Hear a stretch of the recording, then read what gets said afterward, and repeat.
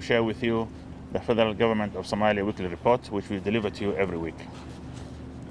The progress and achievements made by the Federal Government of Somalia in its fierce military offensive against Kharijist al-Shabaab will be highlighted in this weekly briefing. As you know, this is the first agenda of the FGS and its leaders, since the terrorist group is there to deny the Somali people their rights of living with peace. This week, the enemy was taught unforgettable lessons in the battlefield and the front lines, where some of their positions were destroyed and taken over by the SNA. For example, areas between the Middle Shabelle and Galgaduud region, about 100 militiamen were killed by the Somali National Army and their partners, as well as in the Gulf Gaduud Bure area of southwest state, where about 60 militiamen were killed by the government forces. There are other areas where the enemy was targeted and inflicted with heavy losses. Weapons and ammunition is confiscated from them after they have been defeated. Once again, congratulations to the heroes of the Somali National Army and the people who stood to fully support the operations against the enemy. Let us extend a special commandment and congratulations to the Somali people who are tirelessly providing support to the heroes of the SNA. We encourage the spirit and ask them humbly to continue until our country becomes a pure, stable, and a land free from al-Shabaab menace. The achievements of the SNA are positive indications of their morale and the preparation for taking the big task end of next year, which is to take over the entire security task of the nation from ATMIS AU forces who helped Somalia for the last decade. Thanks, ATMIS again.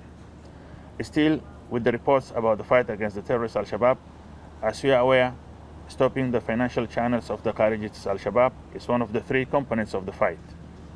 The President of the Federal Republic of Somalia met with U.S. Undersecretary of Finance Brian Nelson, who is in charge of anti-terror and stopping the channels of funding the terrorists. Both sides shared continued cooperation in the fight against terrorism and the U.S. support for the counter al-Shabaab campaign. The President highlighted the progress and the achievement the FGS has made to weaken the financial channels of the terrorists. Meanwhile, the President also met with the National Committee in charge of preventing the terrorists from using financial resources. The committee briefed the President on the progress made so far in squeezing all financial sources that the terrorists used to fund their inhuman attacks and destructions against the Somali people. Once again, let me extend our thankfulness to the Somali people who made it possible for the government to succeed in weakening the financial sources of the terrorists. On the other hand, the Prime Minister Hamza Abdi Barre, while attending a summit in Dar es Salaam last week, he met the Kenyan President William Ruto. Their discussion focused on the ties and cooperation with the two brotherly and the neighboring countries, as well as the military cooperation in the fight against al-Shabaab. Kenya is one of the frontline states, including Djibouti and Ethiopia, who will join the Somali National Army in the second phase of the offensive against al-Shabaab. We know the terrorists are not only posing threat to Somalia, but also to the neighboring countries, where they conducted attacks in the past.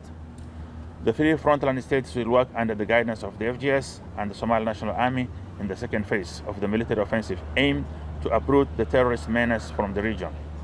Once the operation is over, all the forces from the frontline states will go back to their countries as agreed by the leaders of the region during their summit in Mogadishu on February 1st this year.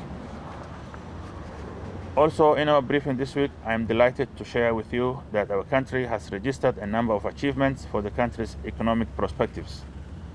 Somalia's efforts towards building strong institutions received a boost with a new 75 million grant from the World Bank, the second in a series of two grants that is helping the country making progress on its path to qualify for a full and irrevocable debt relief under the heavily indebted poor countries HIPIX initiative. The country manager of World Bank Somalia, Christina Svensson, said this effort supports the government's aspirations to build the foundations of a modern economy with strengthened institutions. It also signals the significant progress Somalia has made in terms of institution building and economic development, paving the way for a more stable and sustainable future. Also, Russia has granted a debt relief of over 684 million owed by Somalia in a deal finalized on the sidelines of Russia-Africa Summit in St. Petersburg. We also thank the Somali Parliament for passing or endorsing the budget review for the year 2023. We also mentioned in our report this week that Benadir Regional Court is still hearing corruption-related cases in which the government officials are being tried, accused of misappropriating millions of dollars of public funds. The FGS reiterates that the fight against corruption will continue and that anyone accused with corruption and available or sufficient evidence will be brought before the law. The FGS also confirms that all such proceedings will be conducted in a free and fair manner. This war is a message to everyone who is trying to divert the public funds intended to serve the public. And we are reminding all the people that they will face the dire consequences of our justice system when found misappropriating the public funds. Other major news in this week's report, including security, politics, economy, and social issues, will be available in the document that will be shared with you shortly from our platforms. Thank you very much. Mr.